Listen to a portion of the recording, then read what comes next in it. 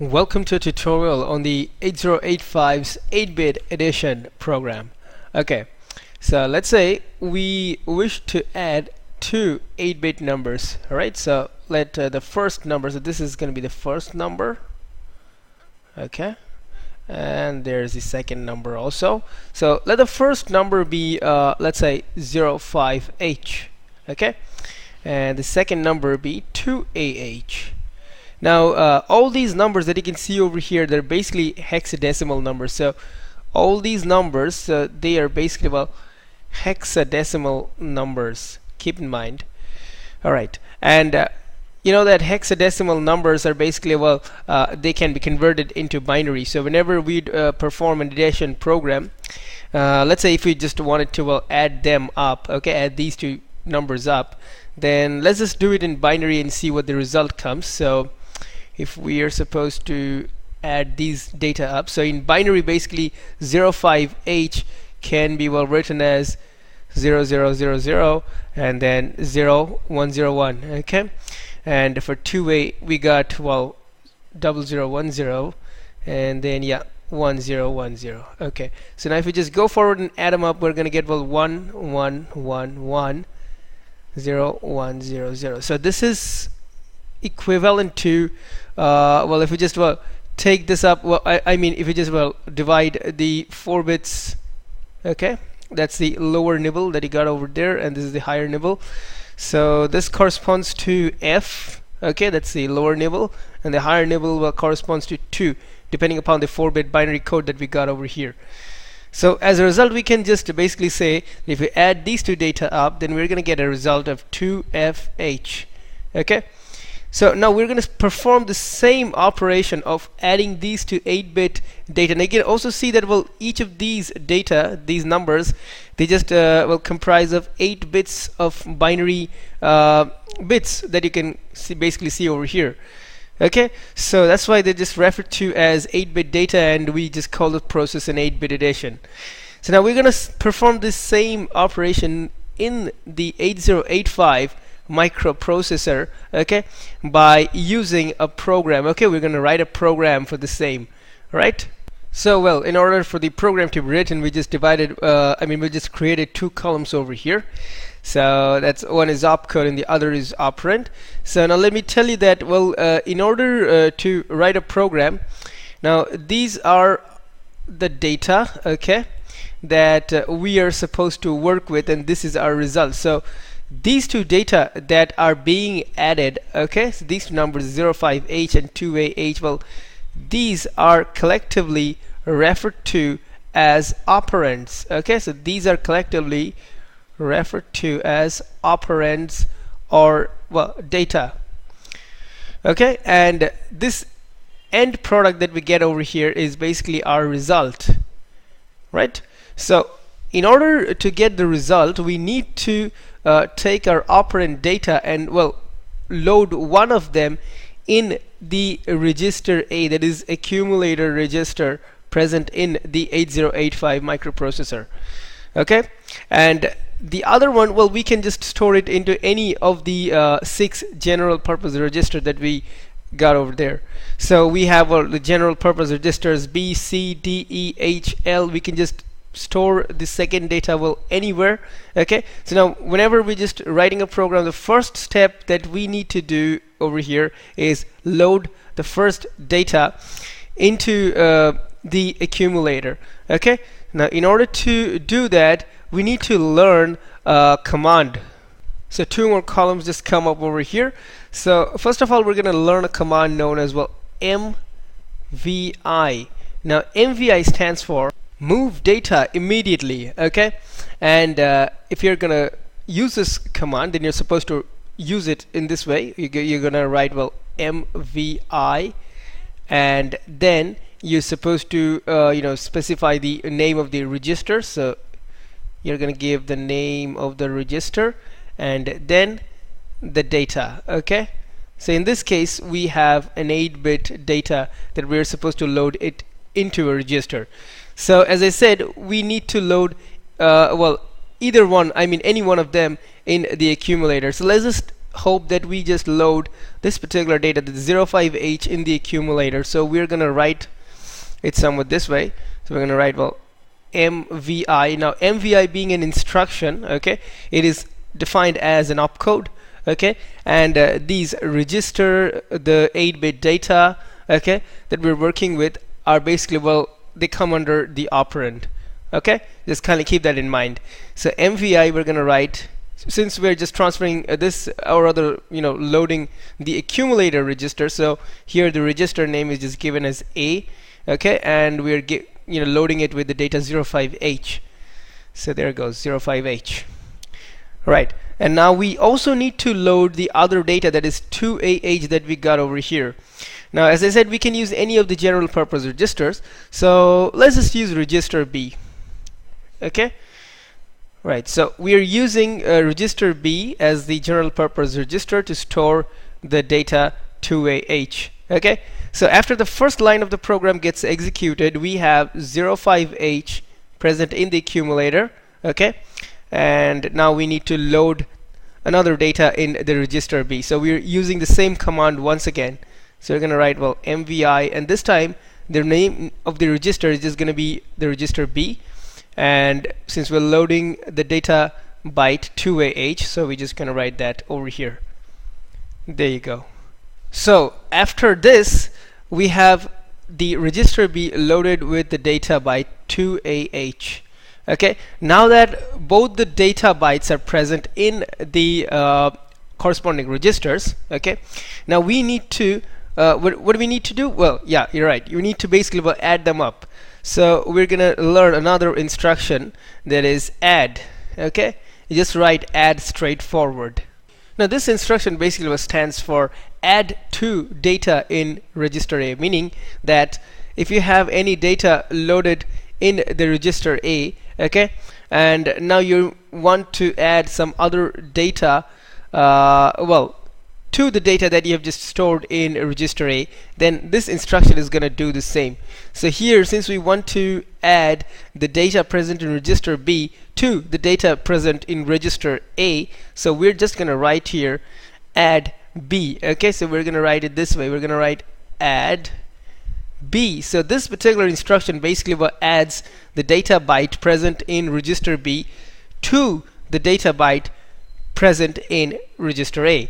So this is how the syntax goes. You're going to write the add instruction, okay, and then give specify the corresponding register name, that is the register whose data you want to add it with the data present in the accumulator. Okay, so in this case we add the register B's data, that is 2AH, with the data present in the accumulator, that is 05H. Well, that's almost done. So we have just successfully added 2 data bytes, and right here our program just comes to a stop. So use the halt statement always to indicate the ending of a program. So HLT, well, this corresponds to halt. Okay, so this just you just write HLT straightforward, and it just marks the ending of a program. Okay, so now after the add B instruction is basically executed, then what happens over here is that, oh, the accumulator data content has basically changed. Well, we saw that we were supposed to get a result of 2FH if we'd basically add the data bytes 05H and 2AH, right? So now after the add B instruction has been executed, we can basically see that the accumulator itself stores the result of the addition process. Now one of our data, that is 05H, that was also one of the bytes that were used in the addition process, that data is lost. So now we can basically see that, well, this program is not so very foolproof, and that it's just stored, not the program, basically the data bytes are basically stored in the microprocessor's internal registers. Now these registers are going to be used again and again whenever we have a new program coming in that's to be executed by the microprocessor. Now in order to make the program a little bit secure, we can do one thing. We can just store these data bytes into an external memory location. So in that case, such problems as losing of one of the data bytes will not occur, and also we can store the result in a different memory location altogether. So let's just try that variation here. Okay, just one more thing before we just move on to the next version of our program. So assuming that you guys don't have any proper idea about what a memory chip can basically be, so here I'm just going to present a sort of idea that will just work. So if you just look at this blue box over here as a memory chip, then of course you basically would know that each of the memory chips, they have certain storage cells inside them that just store binary data or binary bits. Okay, well actually the type of memory chips that are used with the 8085 microprocessor are just 8-bit memory chips, meaning that they have certain group of registers inside them, and all these registers are basically 8-bit registers. So here, they just contain 8-bit registers. Okay, and these 8-bit registers, they are used to contain an 8-bit binary number. Okay, so that means that each register here would contain a single byte of data.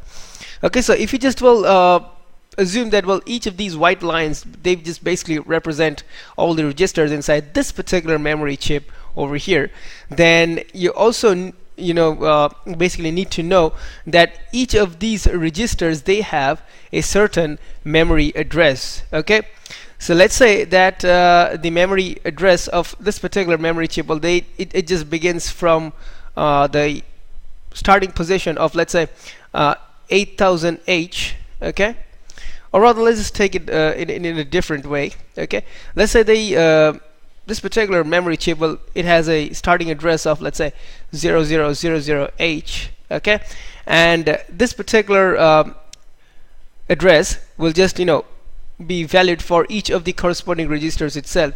So the next register would just be known as 0001H. Okay, it'll have a corresponding address similar to this. Okay, and then the third register would also have a corresponding address of 0002H, and so on. It will just go on till the highest value of the register present in this particular memory chip. So what we are basically planning to do over here is that we're going to store each of our operands, that is 05H and 2AH, okay, in definite memory registers, since they are just 8-bit registers and these data are also 8-bit data. So let's say we store our operand 05H, okay, and of course 2AH in the corresponding memory registers whose addresses are 0000H and 0001H. Okay, so we need to store these data in the memory chip, of course. Now we can just store our data in the external memory chip through our microprocessor trainer kit. Okay, just by pressing the using the hex keypad that we got over there. Okay, and now if we need to write a program, if we just assume this way that both of these data are they are pre-stored. Okay, so they have been stored for our convenience in the external memory chip. So now all that we need to do is that we just need to write a suitable program to access these data from the corresponding memory location and just execute the addition process. Okay, so in order to do that, now we need to write a fitting program. So once again, we just divide our page into columns, and now in order to load these data, okay, or rather in order to access the operand data, okay, from each of the corresponding memory locations, we need to use a command that is known as LDA. Okay, now this stands for load data in register A, that is accumulator from memory, and the syntax goes this way. You're gonna write LDA, okay, and specify the memory location. So this is just gonna be the specific memory location from which you want to access your data. So you got to provide a memory address over here, okay, the 16-bit memory address. Okay, so now since we have seen that our first data, that is 05H, is stored in the memory location or address 00008, so we're going to load the data from this particular memory location into the accumulator register. Okay, so we're going to write here LDA, okay, and then as the operand we need to provide the memory address, okay, that is 0000H. So as a result, what happens here is that if we just picturize this as the accumulator register, so the accumulator register now has the data 05H. Okay, now after this we need to load the second byte, that is 2A H, from the address 0001H into the general purpose register B. But wait, there's a slight catch over here. Well, we don't have any kind, I mean the 8085 instruction set doesn't have any kind of instruction that would just transfer any data from a memory chip directly to a general purpose register. Okay, so we can't do that since the instruction set doesn't include any of it. Okay, so here we need to modify, or rather modify our thinking a little bit. So what we can do is that, well, the instruction set allows us to move data in between, within the registers. So what we can do is that, well, we can just transfer this particular data from register A into the register B. Now since it's just an addition process, it doesn't matter which data is present in which register. All that is needed is just to add them up. Okay, so since the instruction set allows data only to be loaded into the accumulator from a corresponding memory address, so we are gonna move this 05H data from the register A into the register B so that we can load the 2AH data present in 0001H location into the accumulator once again. Okay, so we are gonna learn here another instruction, that is move. Okay, now this basically means move to destination from source. Okay, and you declare it somewhat this way. You're gonna write the move instruction over here, and then you're gonna give the destination register. Okay, so this is gonna be your destination register, and next you're gonna specify the name of the source register. Okay, that is, you need to provide the name of the register to which you're supposed to transfer your data, and then you need to provide the name of the register from which you're transferring the data. Now since we're transferring the data from A to B, so we're gonna write here, well, move, okay, to register B from register A. Okay, so therefore you can understand that here B acts as the destination register because we're transferring the data to register B, and the accumulator acts as the source register. Okay, now after this instruction, the move instruction is included, we can see that a copy of the data present in the accumulator has been created at register B. So register B contains the data 05H, so does the register A. Now we can just load the 2AH data present in the location 0001H.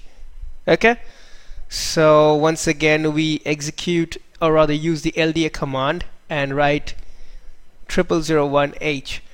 So now what happens is that the accumulator register now contains the data by 2AH, okay, from the memory location 0001H, right? Now that we have both of our data, okay, one is present in register B and the other one in register A, now we just need to add. Okay, so we're going to use the add instruction once again as illustrated previously. So we're going to write here add, okay, B. So now since B contains the data 05H, okay, we're just adding this data to the data present in the accumulator, that is 2AH over here. Okay, so now what happens is that after the add instruction gets executed, the accumulator register once again stores the result of addition, that is 2FH in itself. So this is our result that we have now in the accumulator. Now, like the data bytes which we added up, since they were stored in specific memory locations, why not store the result in one such memory location also? then this data would not suffer the risk of getting erased by the under the situation whenever we have a different program being executed by the microprocessor. Brilliant idea. So let's just do it. So now we're going to learn a command known as, well, STA. Okay, now STA means store data from accumulator. So this actually, well, in a broader scale, it has the meaning that, well, whichever data that you got in the accumulator register, you can basically store that particular data into a specific memory location using the STA command. So all you got to do is that you got to write the STA and then give the specific memory location. So this is going to be the specific memory address that you need to provide. So this address, what corresponds to the particular memory area where you need to store the data present in the accumulator. So this is going to be a 16-bit memory address.